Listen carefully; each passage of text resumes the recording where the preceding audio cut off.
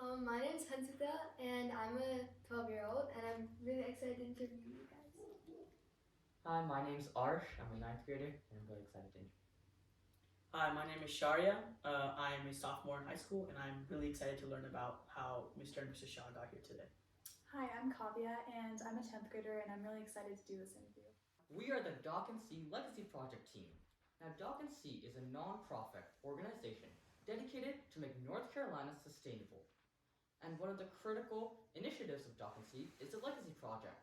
In this Legacy Project, we are trying to preserve the legacy of senior citizens for generations and beyond.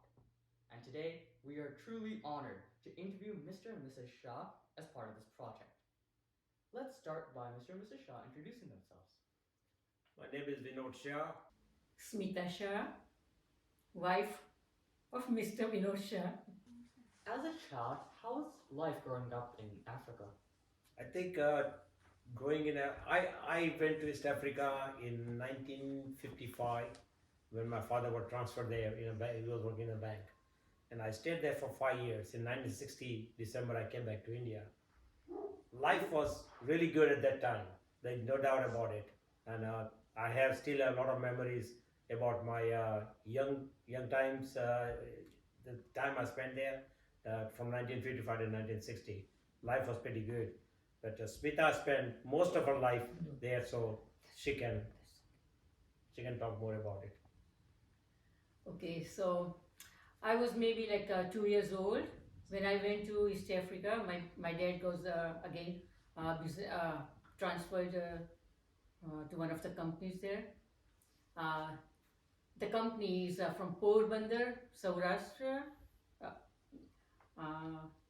Nanji Kalidas Mehta and Sons. So he went first. I was in Kampala, and first part of my childhood was in Uganda, Kampala. I do remember going into the stroller. We had a maid taking me out in the stroller into the parks, and then as I grew, my sisters were born. And after the schooling was very good.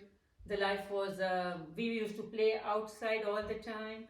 No worries, no worry about the dust and the insects and all. So it was a very nice playing around even in the dark.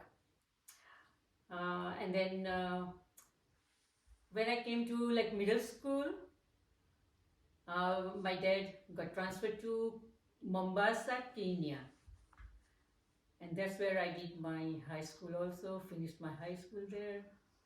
Again, growing up was very much Indianized. We used to go to Indian movies, driving cinemas, uh, and picnics and parks and outings, everything with parents, with siblings, with friends from the school. So we used to I used to go for all the tours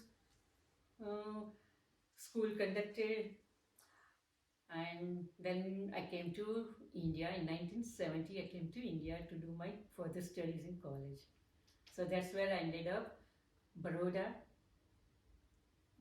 So, both Smita and you told us a little about your siblings, but how many did both of you have? I had two sisters when I was young. Unfortunately, my youngest sister passed away in 1981, but right now I have one sister. She lives in Florida. And now my sister who passed away, she had two little daughters at the time. Now they're grown up and they both are staying in, they're still in India. They're settled there. In my case, we are a big family. We are 6 sisters and 2 brothers. Unfortunately, out of that, we are only 4 sisters and 1 brother remaining. Everybody is settled here in USA. I was the first one to come here, and we sponsored everyone. So after when we came to India in 1970, everybody, the whole family came to India. So they all grew up in India for their schooling and college and all. And then we sponsored them here, so they are all here, settled everywhere in USA. So, how did your parents teach both of you like respectful behavior?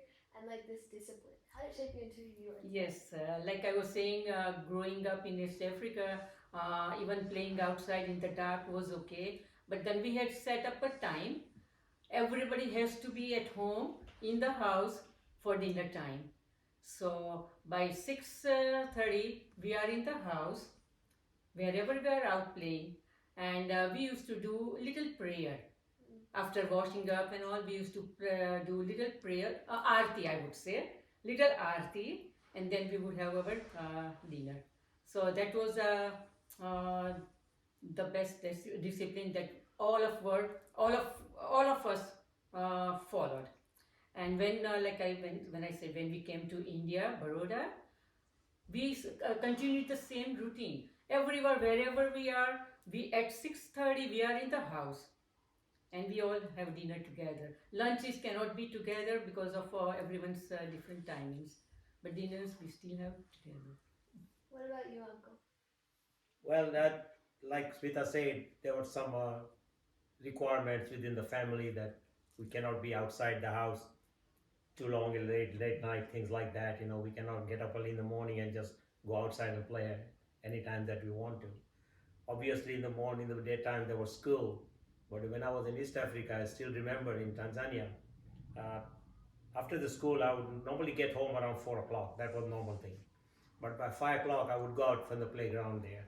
All of my friends, within walking distance from where we used to live, we would play there for a couple of hours. At 7 o'clock sharp, every day, I still remember that, we'll go to a temple right across from the playground. And all my friends will stay there. The aarti, you know, they have the aarti and that. After that, we come home, take shower, and they have dinner and do homework or whatever necessary. And by 10 o'clock, we are out. So this was the more or less routine during the weekdays. And then when I came to India, I was already in high school then. So that was a different thing, but still the regulations were there. I had to be in home at like say 6 or 7, 8 o'clock or so. I cannot stay outside. I shouldn't say that I was not allowed to, but the environment was such that it's better to be home. You know. So that's how the discipline and things came in, you know. And talking with adults and things that parents always taught us how to talk with it. If we say something, they will always tell us this is the way you should, this is not how you should do, things like that. And this thing, it carries forward then, you know. So, what are some hobbies or things you guys like to do for fun? For me now, well, my hobbies mostly ever since my childhood was dancing and reading, sports, and over the time I kind of continued. And right now I do a lot of dancing.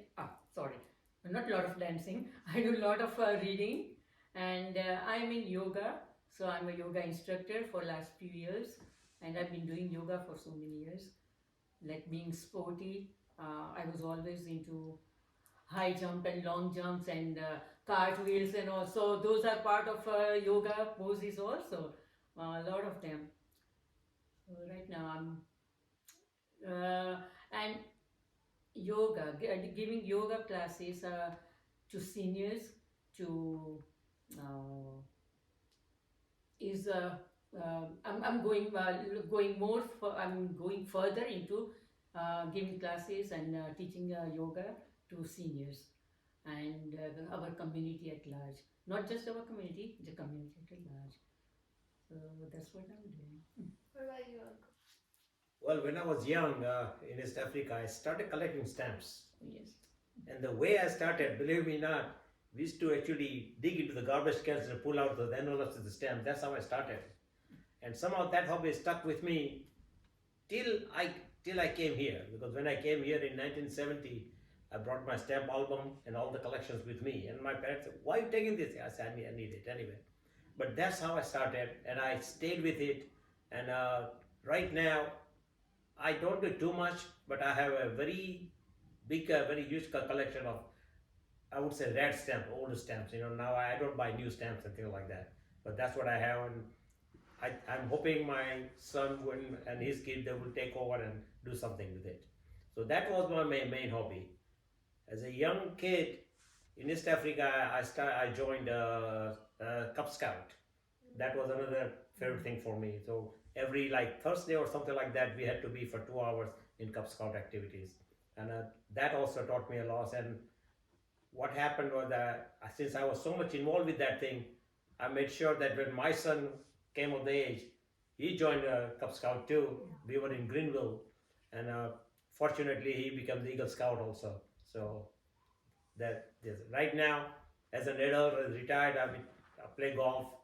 We socialize quite a bit. A lot of friends like Ramesh Uncle here, So that's what we do. So, looking back, what is your wisdom from the experiences of your childhood? For me, basically, I would say family has been very important to me. I mean, take care of all the family members, not just your brothers, sisters, but uncles and their kids. Like, I've been here for almost more than 50 years, and I got my mom's brothers, my uncle's kids are in India. Once a month, I make a point to just call them and say hello. And every time I go to India, I make sure that I see them. So that's one thing. This is something with me that I have that habit of doing it. Even some of the close family friends, even in India, like my father's friend, I still call them. They are in their 90s, and I just say, "Hi, how are you?" Things like that. But that's something that is with me, and I still keep doing it. Yes, whatever Vinod said is very true. Uh, this is what the family, coming from a big family, we supported each other, all the siblings, we supported each other. Of course, there's always a difference of opinion and arguments and all, but then we always unite together and helping out each other. We sponsored him. In fact, he sponsored each and every member of my family, and they are all settled here. We settled them down, and this is what comes. My dad, when he was growing up, my dad used to have all his friends over all the time. He would help his friends. He would sponsor the programs from India, like music programs. In fact, Purushottam Jalota ji, he is like a ghazal singer, and he came to our house. He stayed with us, and my dad took him, sponsored him around in other cities. So he was also into music, helping friends and people. So that's what continued. And when I came here, Vinod was into, he was a bachelor. When he came to 1970, he was a bachelor, he was in college, and there were hardly any families around. And whoever the families called all the students, and when I came, he tells me, okay, we are calling this, we are calling that, because those are bachelors, those are students, and we would call even unknown students, unknown people. We walk on the road, we see someone, hi, hello, where are you, where do you live, what do you do, okay, come on over for dinner. And that continued for years and years. And when we moved here to Cary, we had one friend, he came to, his son came to NC State, and we used to call him for dinner all the time, and he would say, Auntie, can I bring this friend and that friend? And we would just have them over, even during weekdays. So there would be like 6 students coming over. So that's what Vinod always told me. Just call them over, just call them over, just call them over. All the new friends, new strangers, we call them over. And that's helping out, being in the connection, stay connect with your people. Yeah, my family also calls my aunt and uncle every Yes. other weekend. What you've said really makes me recognize like how important that really is. Yes. So at a young age, did anybody inspire you to become who you are today? Well, that's a tough question in a way. I remember when I finished my high school, I did very well in the high school. Then I started college, and I had a admission to go to medical school, and everyone in my family wanted me to go to medical school. Not only that, but my uncles and aunts and my father's friend, they all were saying, go to medicine. And I wanted to become chemical engineer, and I stayed with it. I have no regrets for what I did, but that's what I did. What I wanted to do. Fortunately, my father never forced me to do anything. He said, "Okay, this is what you want to do. All right, go ahead and do it." And that's how I stayed in chemical engineering. And right now I'm retired, but I have no regrets of that. It worked out very well for me. Okay, so the way I think about it is my dad, he was, he loved to cook, he loved to travel, he loved to read, and he always encouraged all the siblings to just move on to do whatever they want to. Only thing, I did not go into any dance schools, but I did lot of reading, I did lot of dancing on my own, and he would encourage. I was one of the shortest in the family, even though I'm not the youngest, and he bought me those pull-ups that goes on the door, and he bought me the pull-ups, and I would just do those pull-ups. I never did grow tall, but he got me. I do remember he got me cod liver oil tablets or capsules, and I would be taking that all the time, but never grew. He bought me heels. When I was like 15, 14 years old, he bought me heels. Or whenever I stopped growing tall, he bought me heels. And those were my first heels. And so I love to cook, I love to read, I love to travel, and socializing with everyone. And I did my college was my accounting. He wanted me to do home science, but I said, no, home science I can manage myself. So I just went to accounting, and I was pursuing law school after my BS in accounting or commerce. Mr. Shah, Vinod Shah, came to India to get married, and we got married. So no law school, but I'm happy with whatever we are here. Yeah, I have that pull-up bar. So do I. But now, when you moved to the Indian USA, what was it like? Did you miss your home? Me, I miss my family a lot because we were like a big family, and I was a quiet one in the family. I did not have any friends in USA, but had a couple of relatives. They came over, and they gave me the family gave me the addresses and all. So, and in those days, 1970s, we had to write letters, and the phone calls were not very easy. We had to book the phone. So I would be writing. I would be writing, and when they reply me, I would be crying all the time, reading and crying. So, of course, everyone goes through that. And then over the years, I got a little better, and then you can make friends. It's coming here first time in 1970. I came to this country and I did not know one person here. And I still remember I landed here on 7th of June 1970, and I went to Louisiana State University, LSU in Baton Rouge, Louisiana. I reached the campus around 10:30, 11 o'clock at night, and somehow they figured out that I'm a foreign student. They put me up in a 13-story building, and I was about 9th or 10th floor. They gave me that. And I got there, I took my bag, put the bag down, sat on the bed, and I cried for 2 hours. So what the hell I did? I still remember that. But it slowly you get used to this thing, and you figure out things, and you learn a lot in the beginning. And one of the very funny story in a way is the next day I was hungry, and the mess wasn't even open that time because there were 3-4 days to go before the college would start. And then what happened was I asked the kids in the hall, say, where can I get something to eat? and they showed me there is McDonald's. I said, what is that?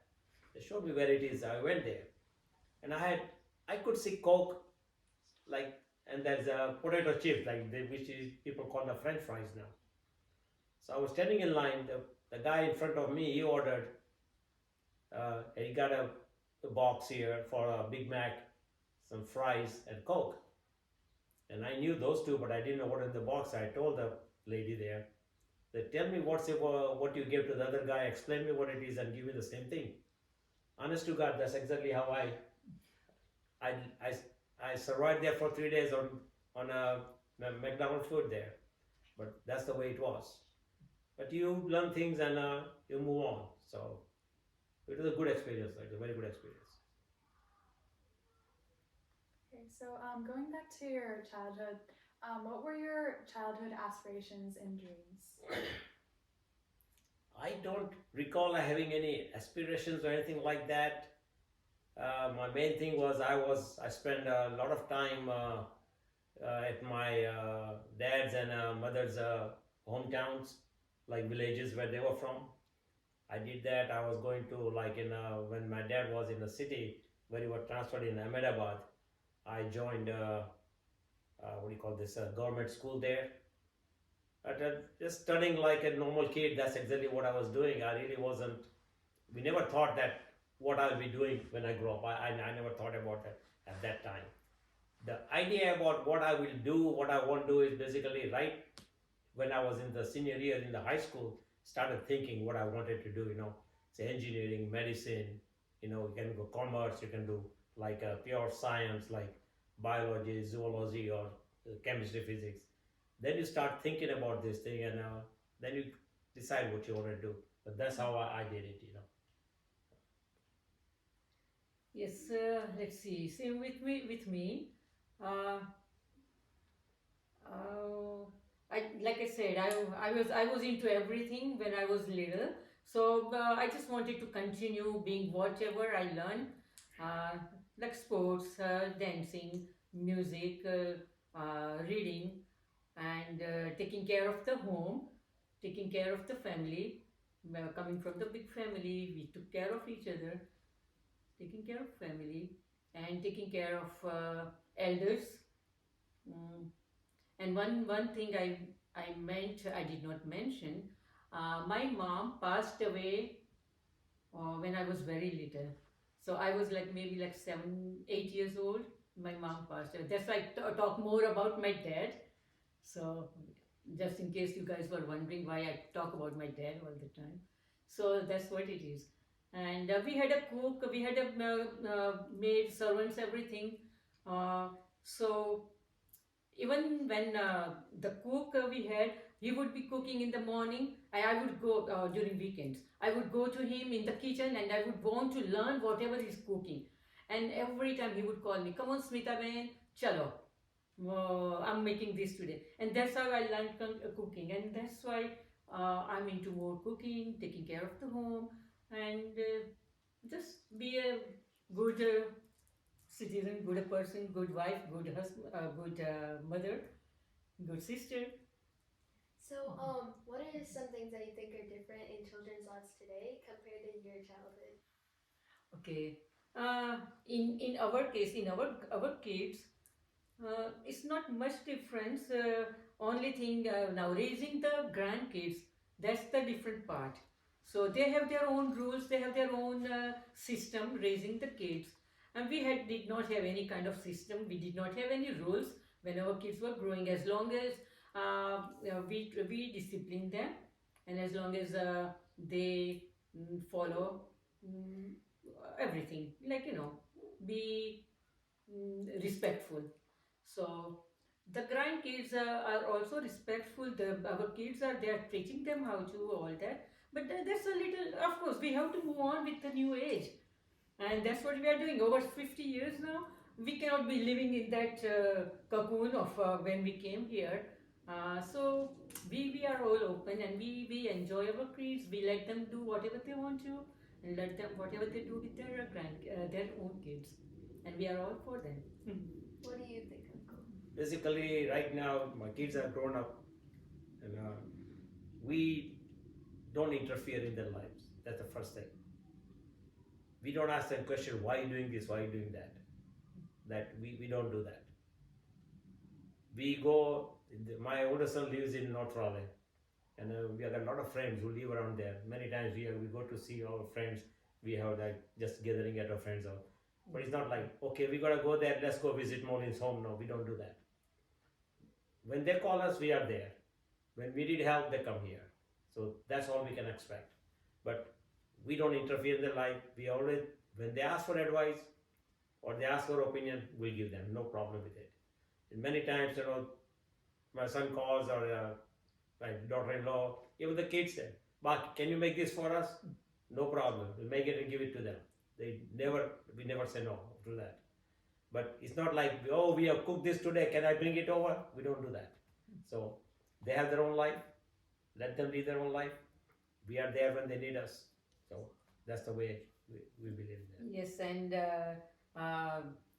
to add little more, our grandkids, ever since they were little, they come here to us, they stay with us, and I feed them everything, they eat everything. They are into all our Indian food.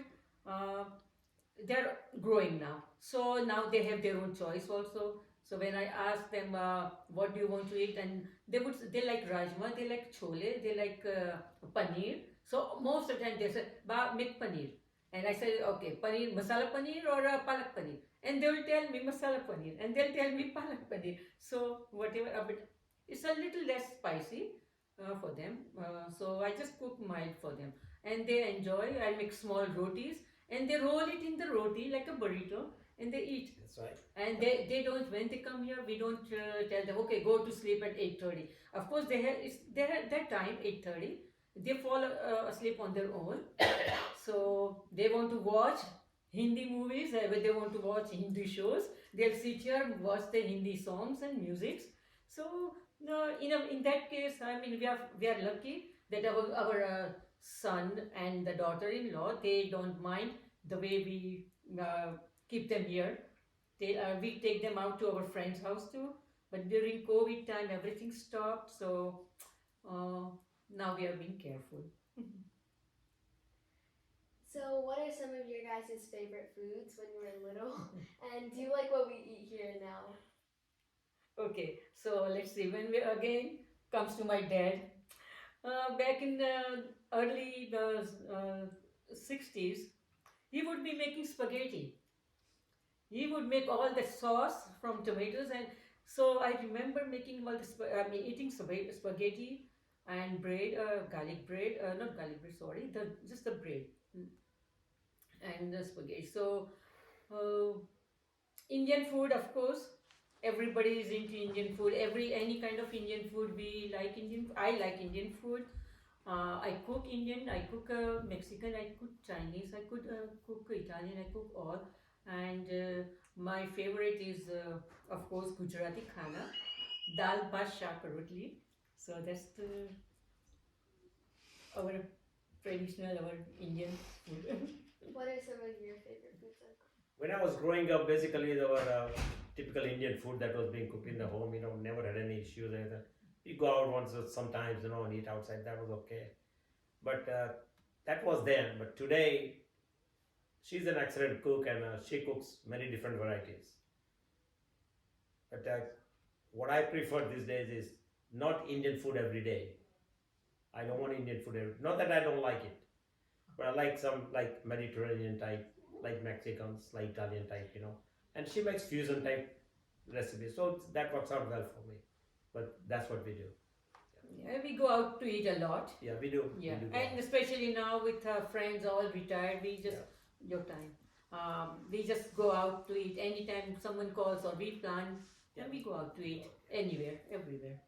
Were there any traditional African foods that you guys like to eat? Oh yeah. Oh yes, mogo cassava is a very traditional. Most of you have heard yuca. Why you see a yuca is cassava, and it can be made in all different forms as a sabji, make it gravy, and eat with chapati and rice, and then you can fry fried like French fries, put masalas on there, and that's very yummy. You can make a chili mogo, just like chili chicken, chili paneer. You can make chili mogo. So boil it, make pieces, and just cook all the masalas in there. And that a lot. You can also make a sweet, like sira, a halwa. Yeah, you can make a halwa from cassava flour. So lot of I make that. And on Saturdays he fast on Saturdays. So I make that. It's a kind of fasting food. So you can eat that like Little snack potatoes. type thing. Yeah. into that, I know. Potatoes, cassava, sweet potatoes you can eat. So that. But that was even when I was in East Africa. I still remember when we went to the playground, there were like vendors sitting outside with cassava and things like that. We'd always get a bite of it. So that was normal. Or even like grilling on the They grill. would grill They're it, just like corn Yeah. and all that, so you can grill it on the grill also. So, would you like to share any stories or anything from like major historical events that may have happened from your time? Few things I specifically remember was that was 9/11 when the plane struck the World Trade Center. Actually, we were sitting in a room. I used to work for the pharmaceutical company GlaxoSmithKline, and me and a few of my friends were sitting in the library area there, and we had a TV in there, not library but reading area, and there was a TV there, and it was just, and all of a sudden we see this thing, and I tell you that just me and the friend of my colleague was sitting next to me. He was an architect. He looks at it. He said, "What the hell is happening here?" And then we realized what has happened. It was not an accident. It was something terror attack. And my friend, who was an architect, he tells me, in half an hour the building is gonna fall. I said, "Are you crazy? There is no way the building is gonna fall." And guess what? In half an hour the building collapsed. I'll never forget that particular moment. I saw that live TV, the whole thing falling. And not only that stayed in my mind, but a good friend of mine, my high school classmate, he lives in New Jersey. He worked in that building. That particular day, somehow he got late getting there. And he entered the building and he was time to get in the elevator and he heard this big bang. He said, something happened. So he walked outside. What happened here? And he saw what happened. And I knew, I was talking with his wife. She was also my classmate in high school. He said, I thought Chandrakant was dead that day. That's what I was sure he would have made it. But he was late a little bit, and just before he got in the elevator, he heard that bang. And so these are that particular thing, it just stays with me. It's going to stay for a long time. Other thing, the international, this war in Iraq and things like that. Yeah, you talk about it, worry about it. Why did we go there? Whatever happened, happened.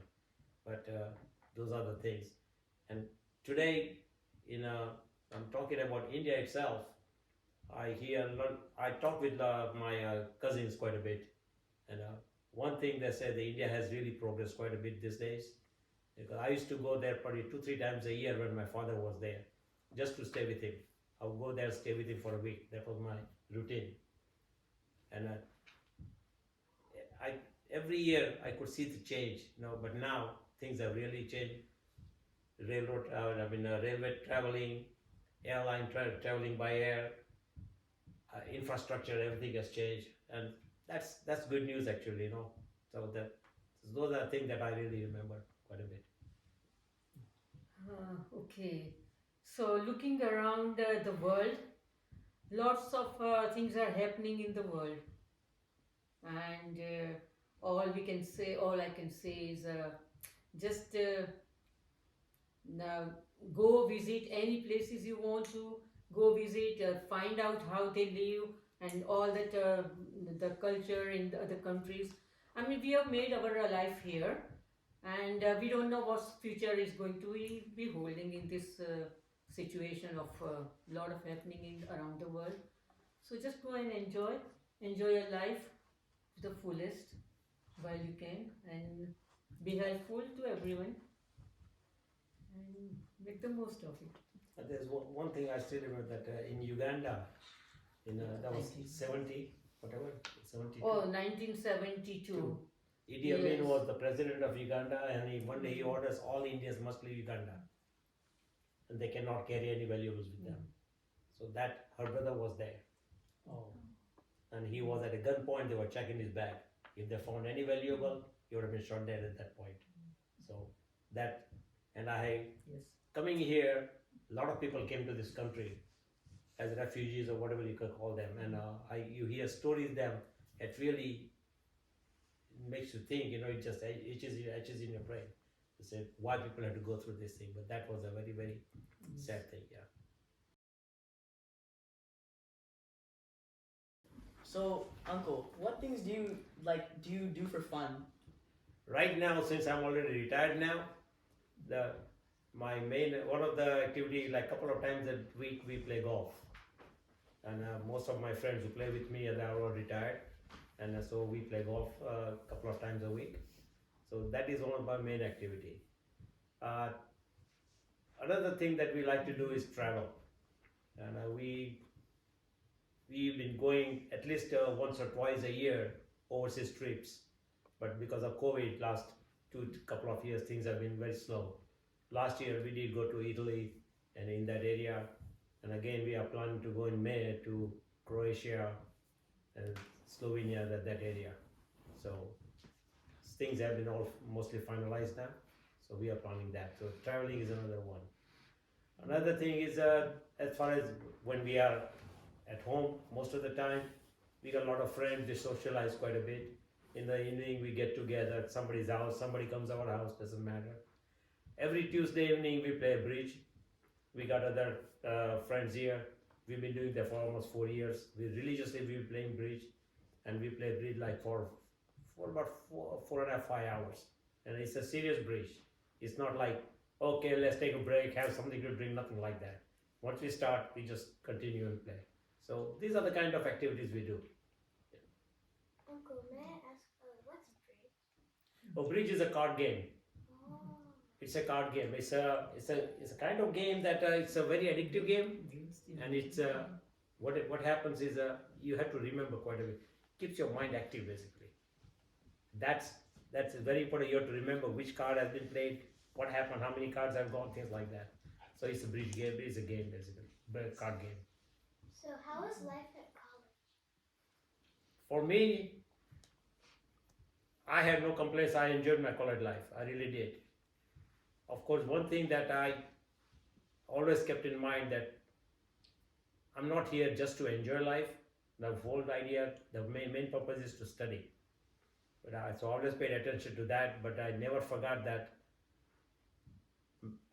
kid cannot live by studies alone. I mean, you have to have some fun in life. I mean, so we had fun, and I enjoyed my college life.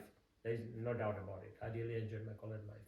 What about you, Auntie? Okay, college. I did college back in India, so it was fun.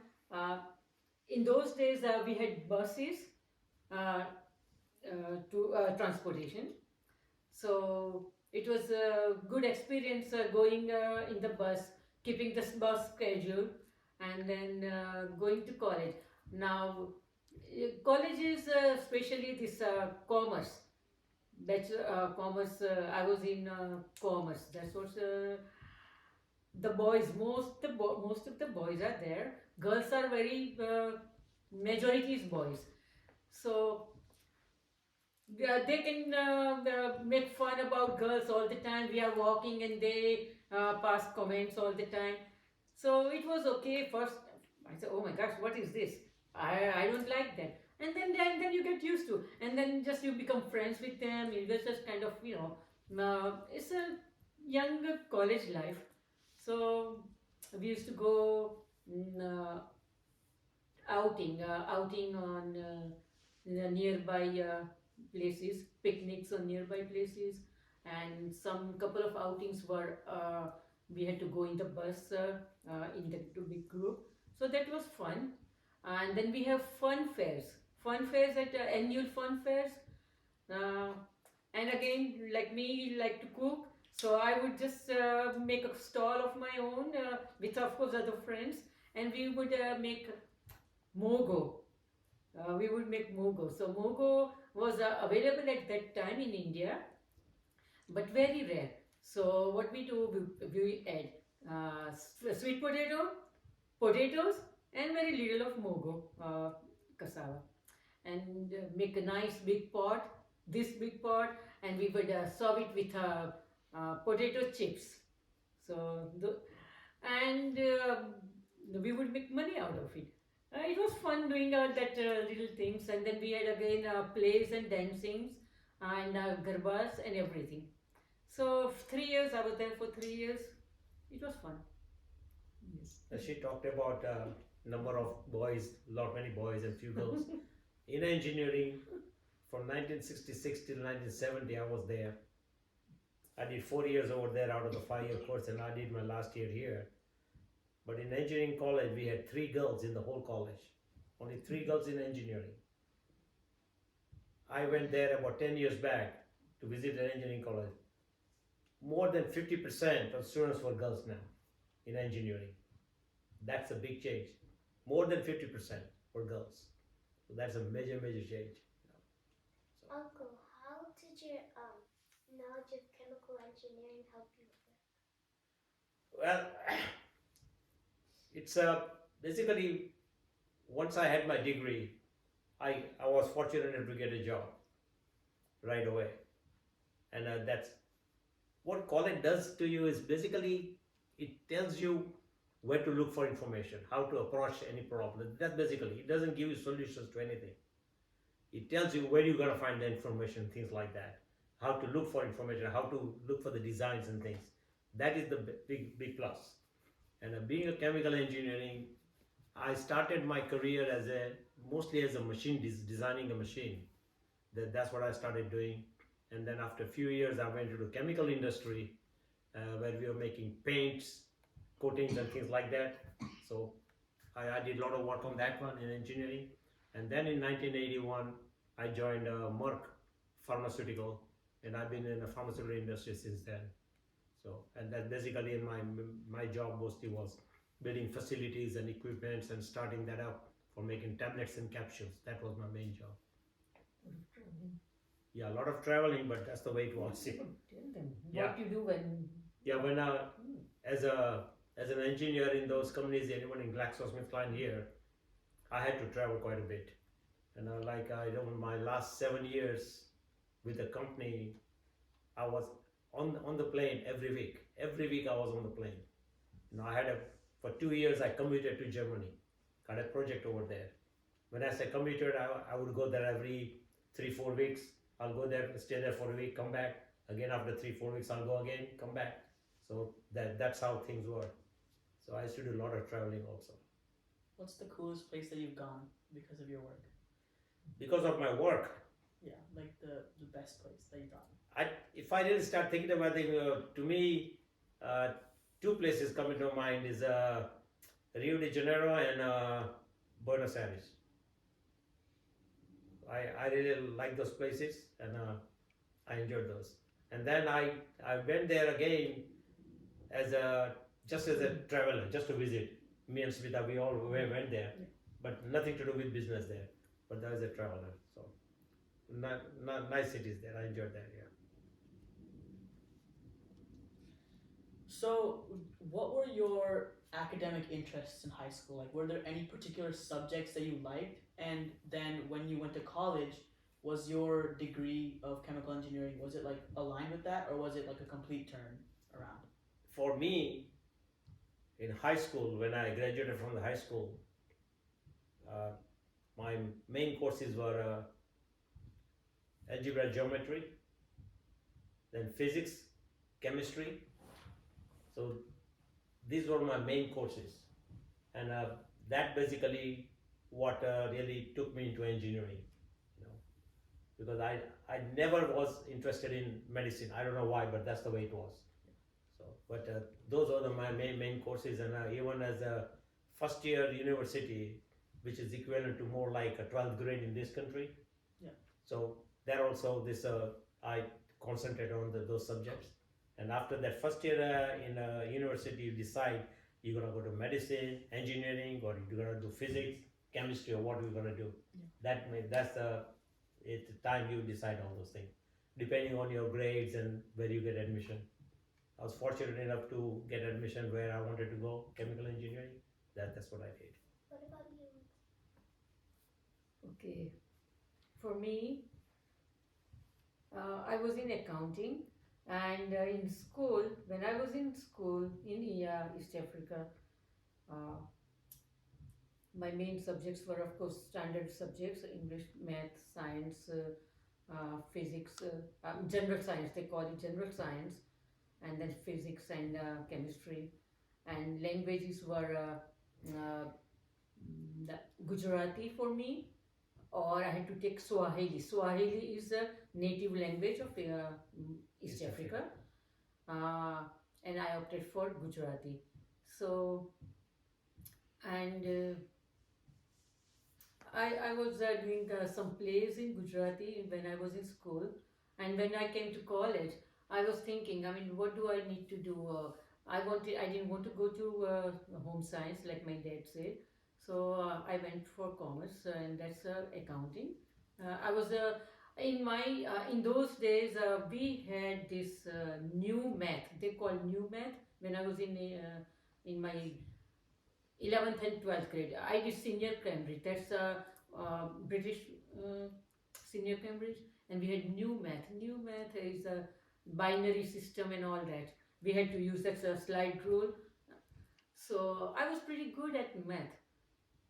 So I just opted for accounting, banking, and that's where I got my degree in. Okay, so was education readily available for you when you're studying? Oh, I'm sorry. Was education readily available for you when you're studying? Yes, ma'am. Yes, very much available. Uh, in growing up in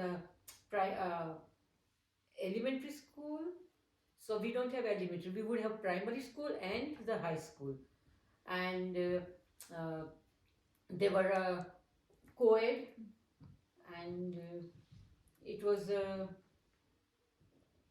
it was that there was no problem going from one grade to another grade.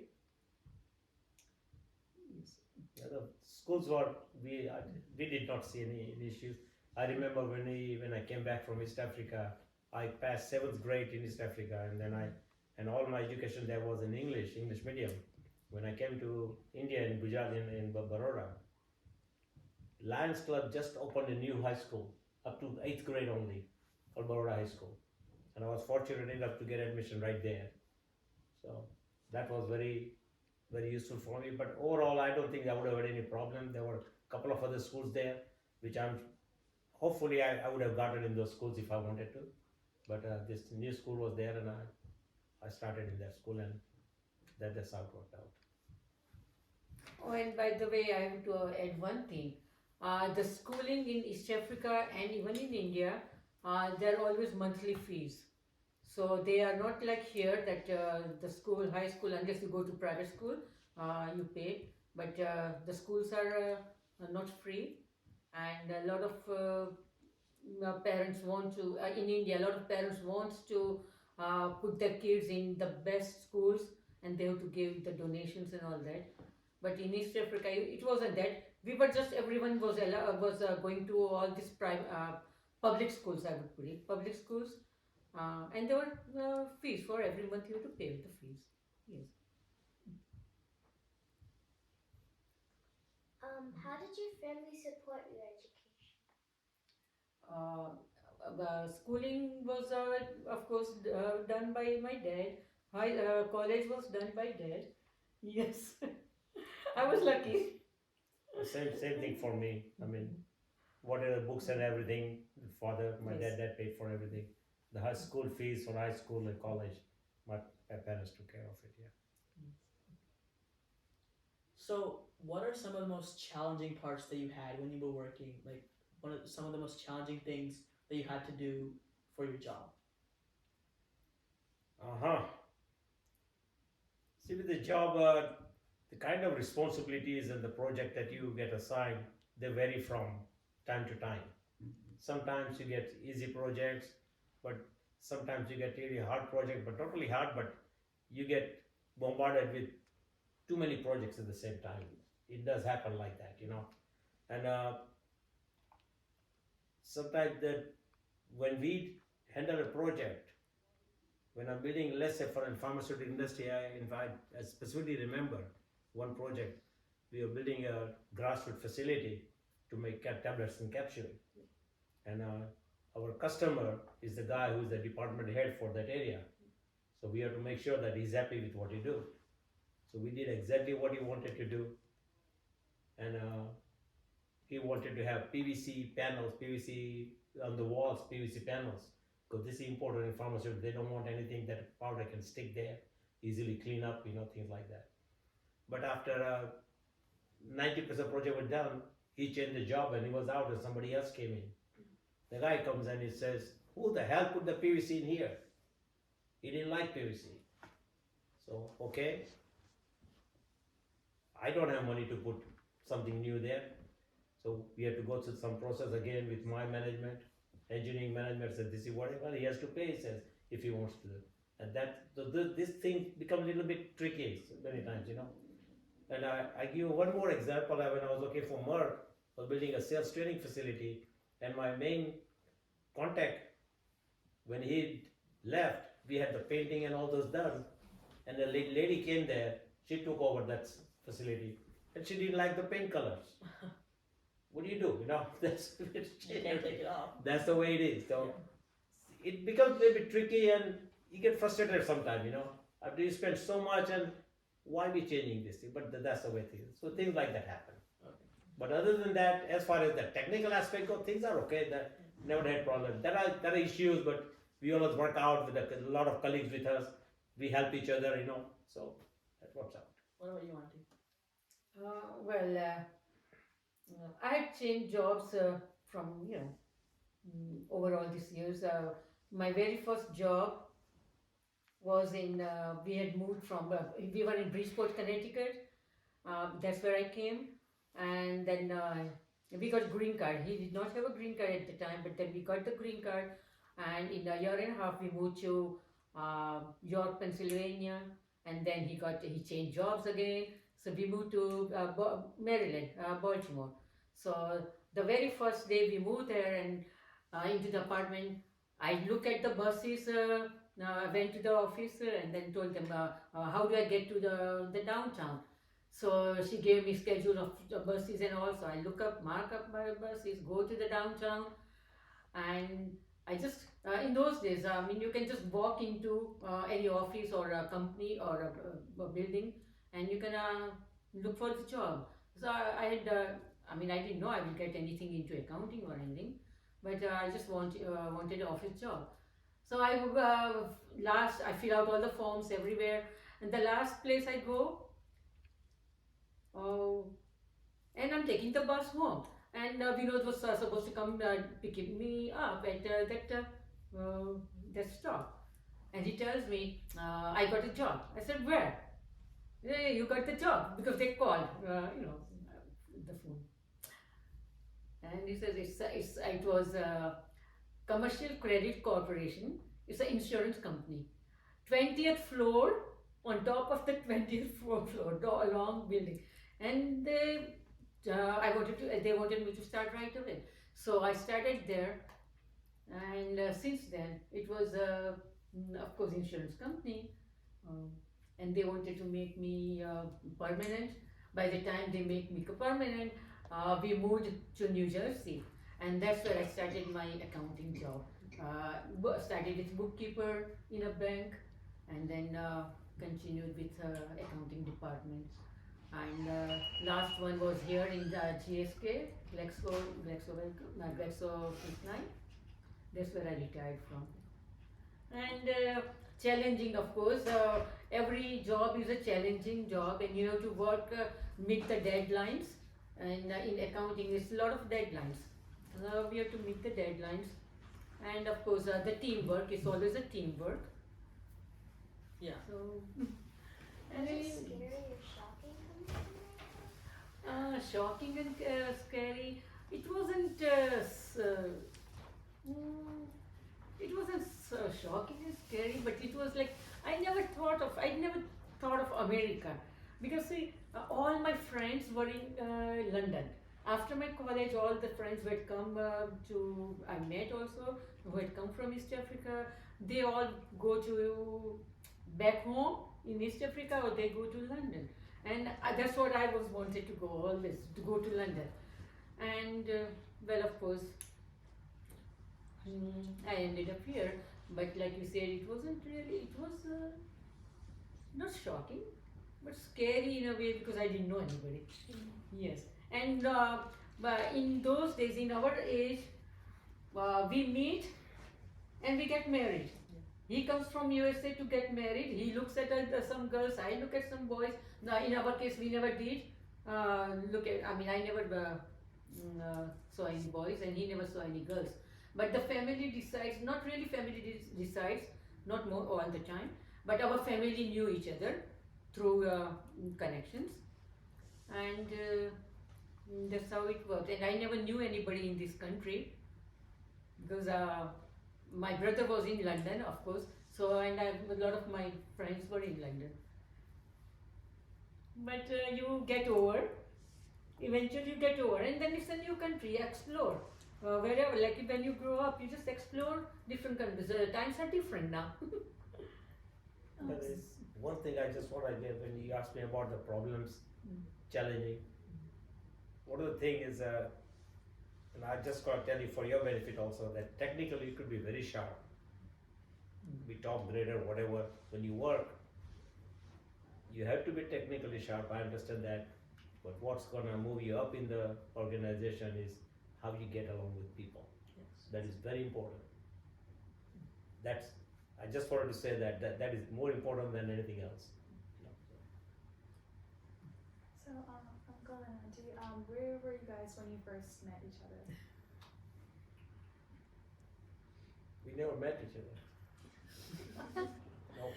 Basically, I'll tell you what happened. Actually, you know, my sister is married to her first cousin, and when she knew that I was gonna go there, so she had seen her. She said, "I want my brother to see her first," and so I saw her first, and I said, "That's it. I'm not gonna marry her. I don't want to see any more girls." You know? So that was in Baroda. That was in Baroda. 1973. He came to India to get married, and I was in the process of going to London. I had British passport, and when I went to Bombay to get my visas, I had only 6 months on my passport, so I had to renew my passport. So I came back home, and I thought, okay, I'll go back with my dad or my someone, and I never did. And then I got my Indian passport because I had to get new passport anyway. So didn't want to go into get new British passport. So I got Indian passport, and that's how we got married and ended here. We met for 5 minutes. So. Yeah, and then like he said. Before we got engaged, we met for 5 minutes.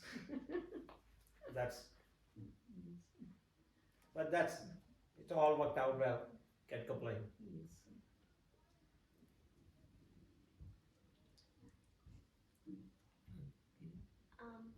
So how many children and grandchildren do you have, and what do they do for a living?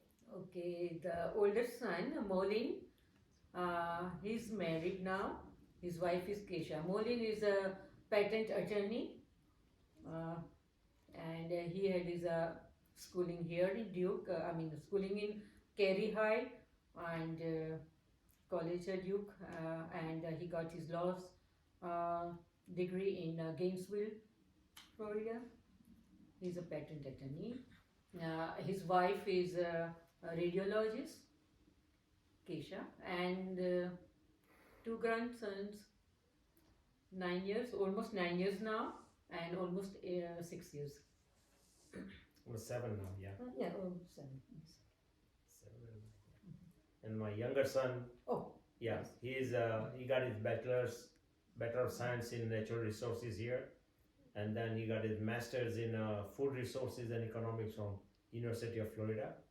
And now he's working for a company called Danone Corporation with Danone Yogurt. It's basically food industry.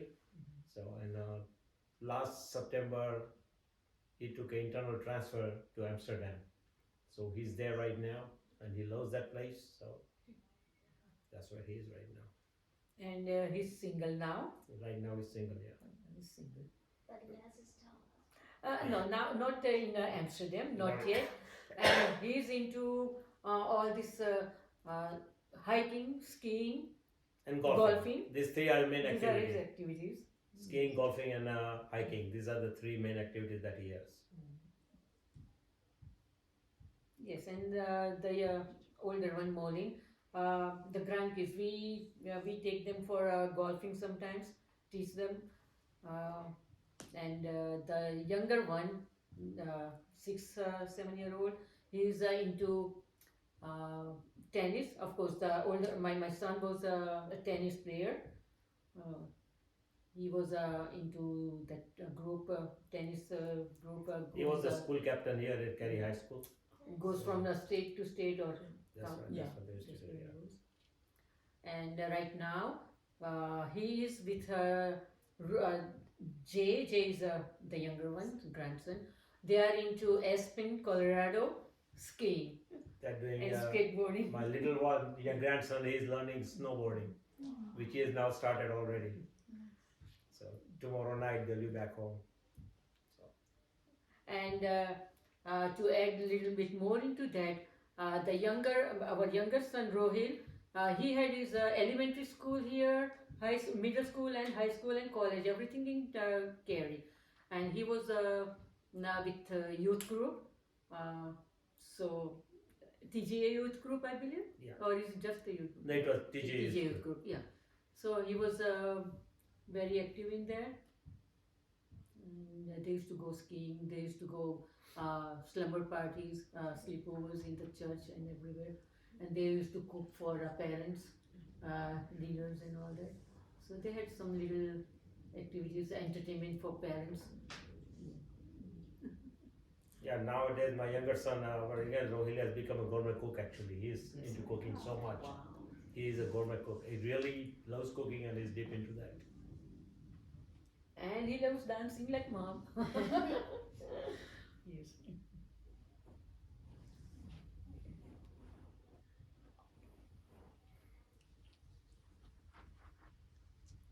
So, how would you say that being a parent with children has changed you in a way?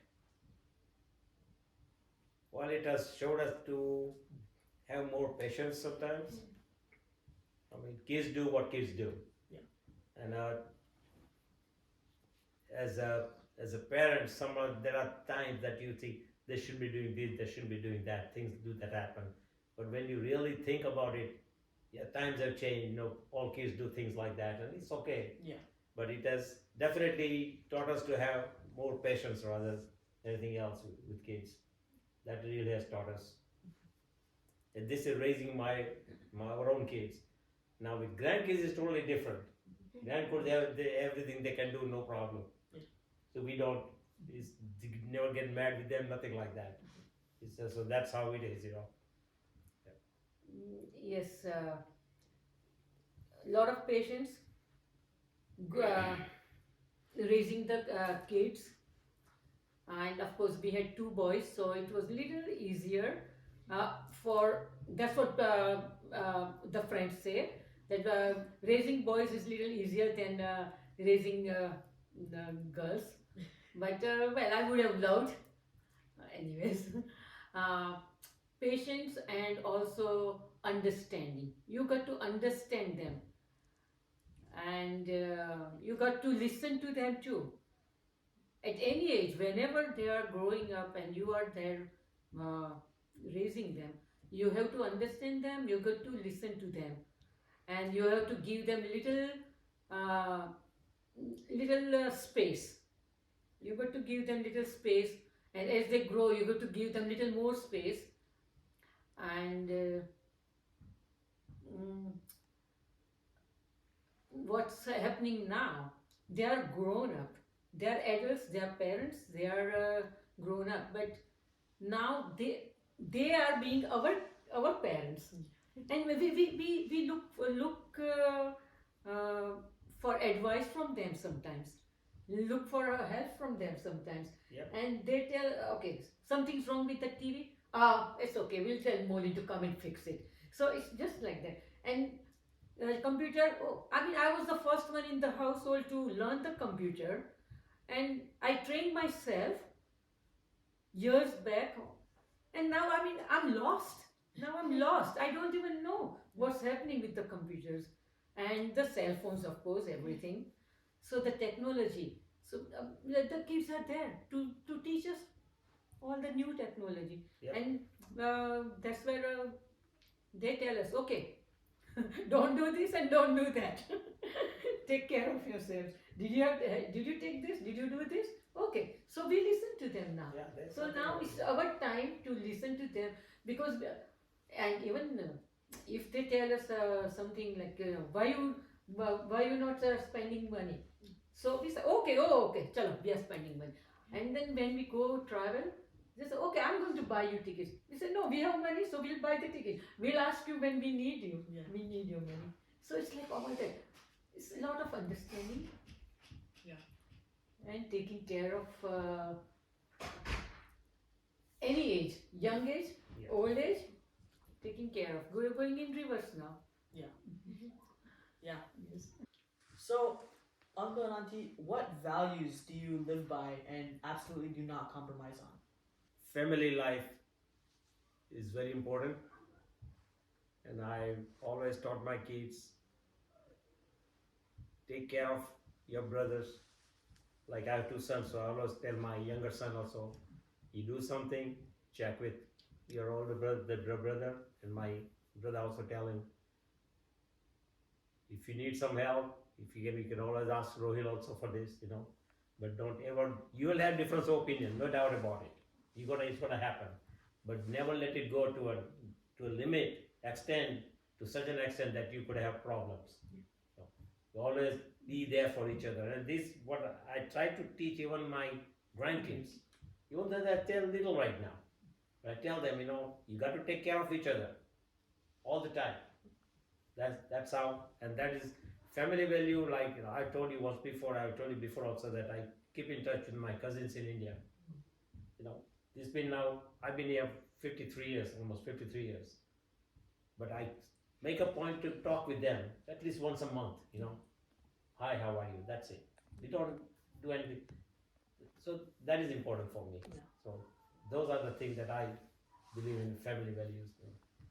Yes, family, relatives. So that comes also relatives. Yeah, everyone. relatives, Yes. And respect. Respect each other, respect everyone, regardless of the age and regardless of their health and wealth. Just respect everyone, respect each other, respect friends, and respect everyone's opinions. And of course, like again, disagreements and difference of opinions, but respect is the main thing.